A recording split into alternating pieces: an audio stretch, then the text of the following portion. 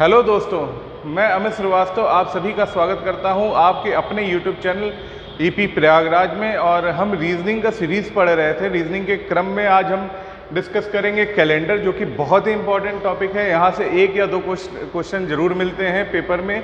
और कैलेंडर, आप सभी के घरों में कैलेंडर ज़रूर होगा, आप देखते भी होंगे। लेकिन बिना देखे कैलेंडर से कैसे दिन बताया जा सकता है, कैसे हम बता सकते हैं किस दिन मंडे होगा, किस दिन ट्यूसडे होगा, ये सारी चीज़ें हम इस टॉपिक को कवर करने के बाद आसानी से बता सकते हैं। तो आइए स्टार्ट करते हैं कैलेंडर। तो देखिए, कैलेंडर जानने से पहले हमें ये पता होना चाहिए कि नंबर ऑफ़ वीक्स कितने होते हैं, number of days in a week, या एक हफ्ते में कितने दिन होते हैं। तो ये सभी को पता है, ये 7 दिन होते हैं। ये 7 दिन कौन कौन से होते हैं? ये 7 दिन होते हैं Monday, Tuesday, Wednesday, Thursday, Friday, Saturday, Sunday. तो ये जो 7 दिन हैं जिन्हें हम वीक कहते हैं, और इन्हीं वीक को जो है हम एक नंबरिंग या एक नंबर सिस्टम के थ्रू रिकग्नाइज कर सकते हैं। जैसे हमने यहाँ पे क्या किया है, मंडे को एक नंबर दिया है 1, ट्यूसडे को नंबर दिया हमने 2, वेडनेसडे को दिया है नंबर 3, थर्सडे को नंबर 4, फ्राइडे को नंबर 5, सैटरडे को नंबर 6। तो इस तरह हमने एक नंबर दे दिया और संडे को दे दिया है 7।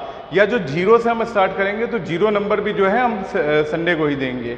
तो ये एक क्रम हो गया, ठीक है, वीक डेज में।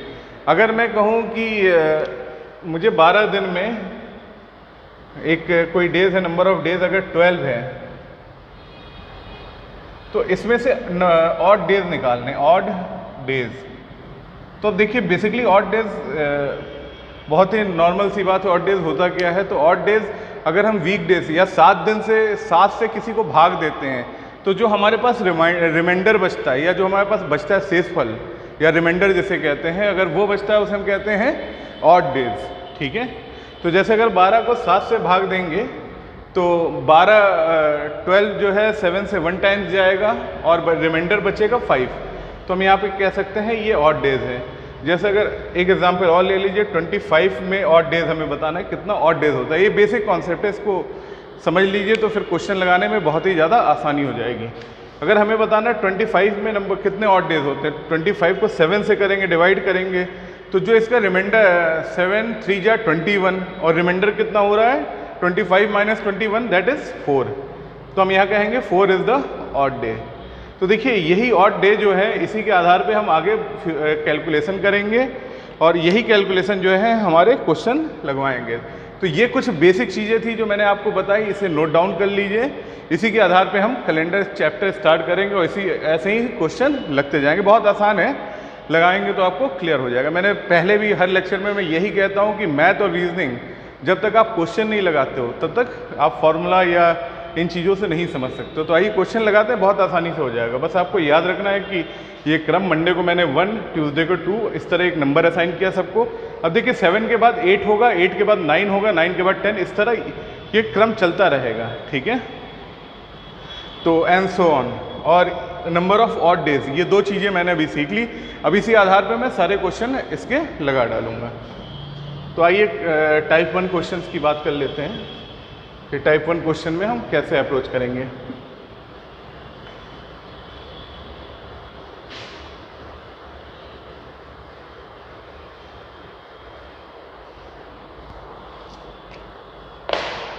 देखिए, एक क्वेश्चन आता है, if today is Tuesday then what will be after 134 days. 134 days के बाद क्या होगा अगर आज ट्यूसडे है तो हमें ये क्वेश्चन लगाना है। तो देखिए, ट्यूसडे को हमने एक नंबर दिया था, आपको याद होगा, आपने नोट भी कर लिया होगा।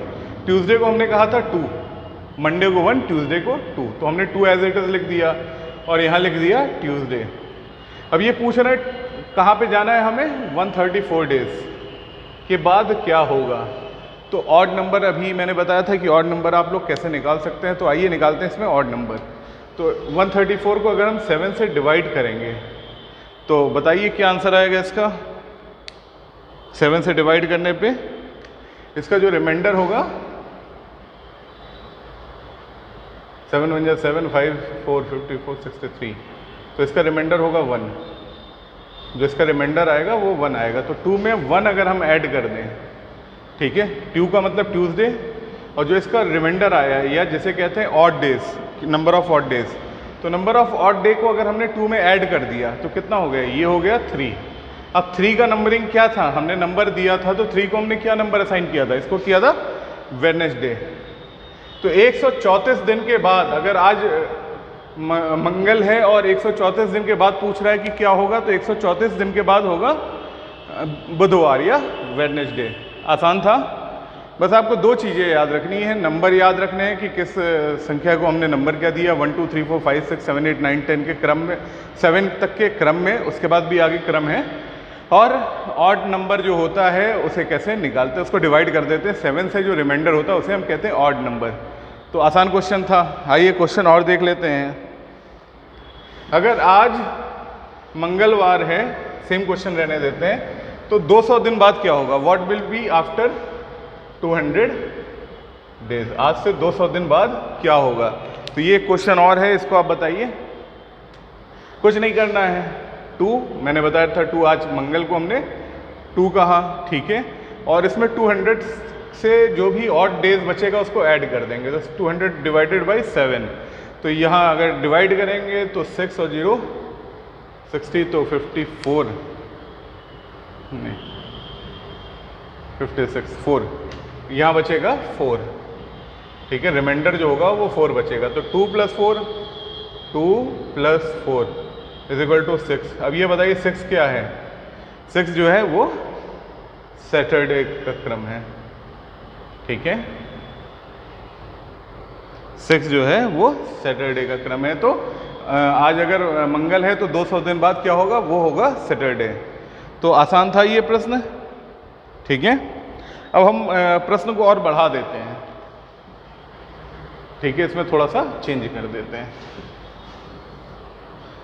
चेंजेस कैसे करते हैं हम अगर आपसे पूछ लें कि आज ट्यूसडे है, टुडे इज़ ट्यूसडे, ट्यूसडे को ही रहने देते हैं, और 1 साल के बाद क्या होगा, 1 साल के बाद आज के दिन क्या होगा, what will be after 1 year.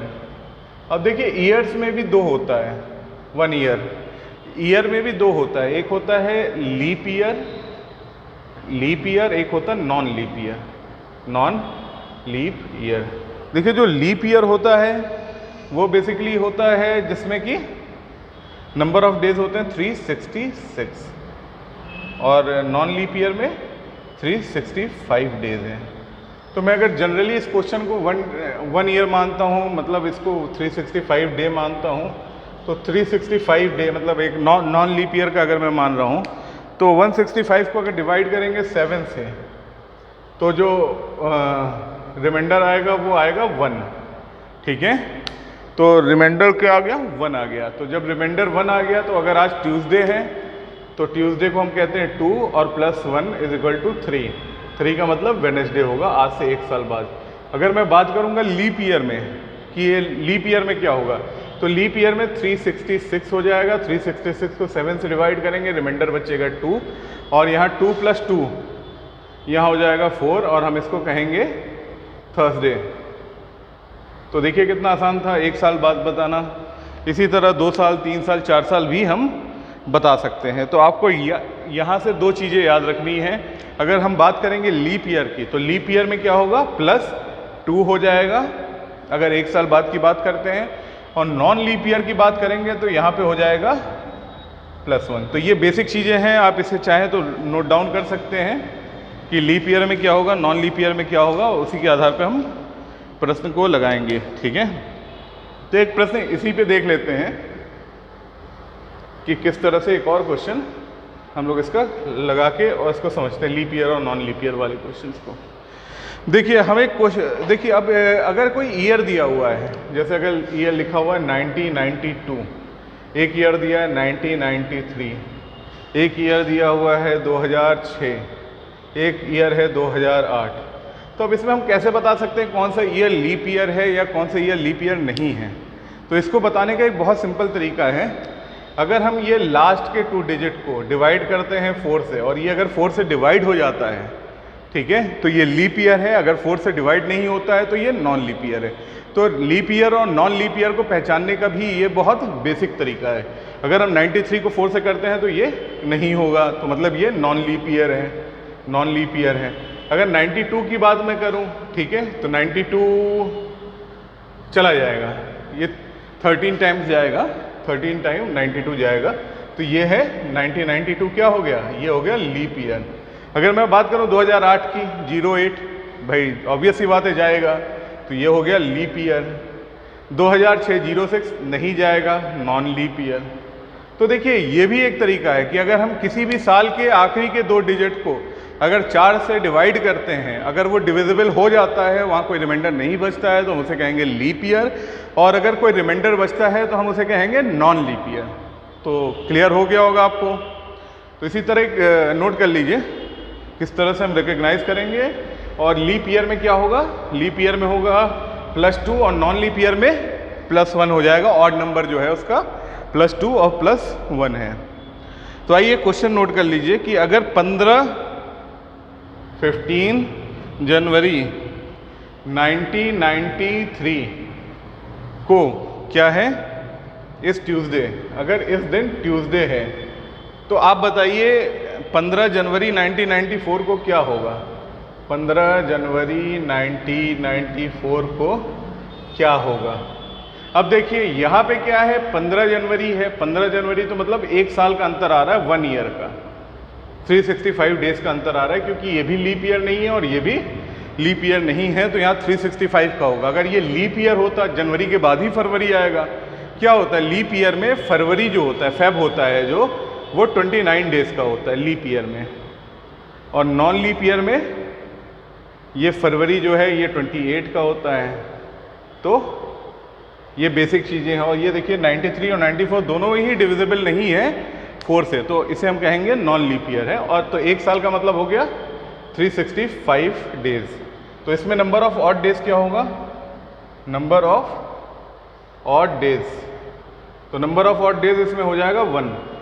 ठीक है, तो अगर ट्यूसडे की बात करेंगे, 15 जनवरी 1993 को ट्यूसडे था, तो ट्यूसडे को हम लिखेंगे 2 नंबर के हिसाब से, उसमें प्लस कर देंगे 1, दैट इज 3। और 3 का क्या होता है आप सभी को पता है, ये होता है वेडनेसडे। तो आई होप क्लियर हो गया होगा ये क्वेश्चन। तो आइए क्वेश्चन और देख लेते हैं कि 15 जनवरी 1993 को अगर ट्यूसडे है, इसी क्वेश्चन में ही थोड़ा सा चेंज कर देते हैं। 15 जनवरी 1993 को यदि ट्यूसडे है, तो आप बताइए 15 जनवरी 1997 को क्या होगा। 15 जनवरी 1997, तो देखिए जब इस तरह के क्वेश्चन हो या 2 या 3 जंप हो, तो हम यहाँ पे लिख लेते हैं। बेसिक तरीका होता है 15 जनवरी 1993, और यहाँ पे लिख देते हैं जहाँ तक हमें जाना है, जहाँ से जाना है वहाँ वो यहाँ लिख देंगे, जहाँ तक जाना है उसको यहाँ लिख देंगे 15 जनवरी 1997। ठीक है, 93 से 94, अगर मैं 94 तक कहूँ तो कोई लीप ईयर है, नहीं है, +1। 94 से 95 कोई लीप ईयर नहीं है, +1। 95 से 96 कोई लीप ईयर नहीं है, +1। फिर 96 से 97, 96 क्या है, लीप ईयर है, तो 96 से 97 जब जाएंगे तो वो एक लीप ईयर रहेगा, तो उसमें 96 से 97 +2। अब देखिए यहाँ पे मैंने असाइन किया था ट्यूसडे होगा उस दिन, तो +1 +1 +1 मतलब 3 और +2 5, तो ट्यूसडे में अगर हम 5 कर देंगे तो 2 + 5 = 7। तो 15 जनवरी 1997 को क्या हो जाएगा, इस दिन हो जाएगा संडे। आई होप क्लियर हो गया होगा ये क्वेश्चन। ठीक है, इसी तरह एक क्वेश्चन और लगा लेते हैं ताकि जो बेसिक्स हैं वो क्लियर हो जाएं, आप क्वेश्चंस को अटेम्प्ट कर पाएँ। देखिए यहाँ से जाने के बाद कुछ क्वेश्चंस होते हैं जो आपको लगाने पड़ेंगे, क्योंकि सारे क्वेश्चन यहाँ पे कराना पॉसिबल नहीं है। तो हम यहाँ पे क्या करते हैं, कुछ बेसिक क्वेश्चंस करा देते हैं आपको, और इसके बाद आप प्रैक्टिस करिए। अगर आपको दिक्कतें आती हैं तो मैं नीचे लिंक में अपना व्हाट्सएप नंबर प्रोवाइड कर दूंगा। मैं प्रयास करूंगा कि आपका जो क्वेश्चन है उसका सलूशन दे पाऊँ। ठीक है, तो आप कर दीजिएगा उस पर, और हमारे जो टेलीग्राम चैनल है उस पर भी आप जुड़ सकते हैं, उससे भी कनेक्ट हो सकते हैं और सिविल सर्विसेज की सारी चीज़ें हमारे वहाँ पे उपलब्ध है।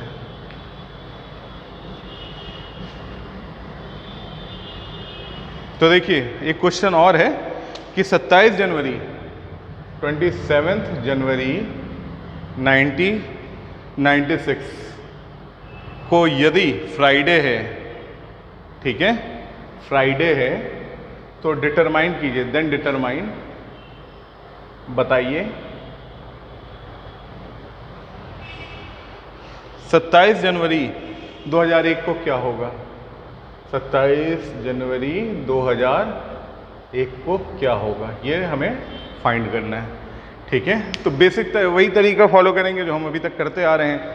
सबसे पहले इसे हम राइट डाउन कर लेंगे, 27 जनवरी 1996, और यहाँ से स्टार्ट होना है। यहाँ पे क्या है दिन, यहाँ पे फ्राइडे, फ्राइडे का क्या नंबर होता है 5, ठीक है। और जाना कहाँ तक है हमको ये लिख लेंगे, तो ये थोड़ा गैप करके लिखेंगे, 2001 तक जाना है, 2001 जनवरी, 27 जनवरी 2001 तक जाना है।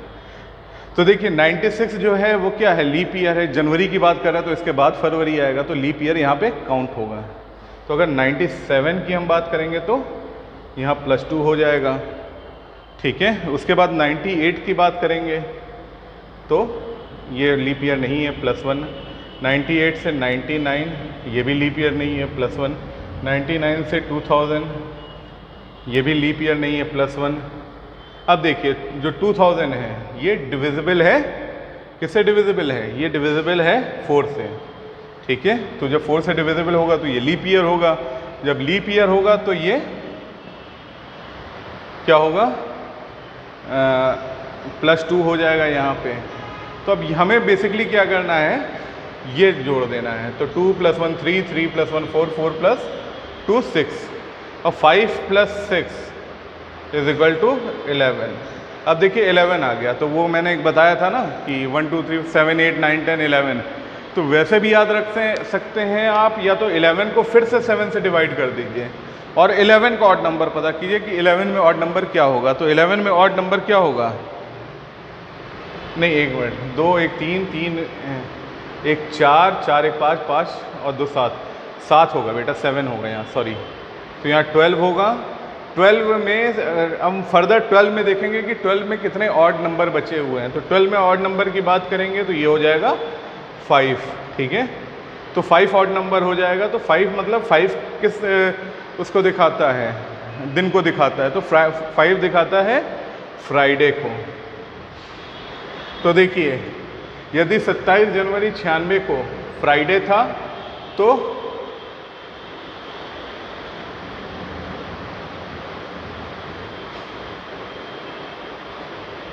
27 जनवरी 96 को फ्राइडे था, तो 27 जनवरी 2001 को क्या होगा, इस दिन भी फ्राइडे हो जाएगा। तो आई होप ये क्वेश्चंस आपको क्लियर हो गए हों, ठीक है। अगर क्लियर हो गए हों तो प्लीज़ हमारे चैनल के साथ बने रहें। अभी तक आपने अगर सब्सक्राइब नहीं किया है तो चैनल को सब्सक्राइब करें, वीडियो अगर पसंद आई हो तो वीडियो को लाइक करें। अब मैं कैलेंडर का पार्ट 2 लेके आऊँगा, जिसमें और भी टाइप की बात करेंगे, हम सेंचुरीज़ की बात करेंगे। उसके बाद हम ये डिसाइड करेंगे कि किस दिन को देख के हम बता सकते हैं कि क्या होगा, ठीक है। तो कैलकुलेशन और भी आसान और बहुत ही इंटरेस्टिंग होने वाली है। चैनल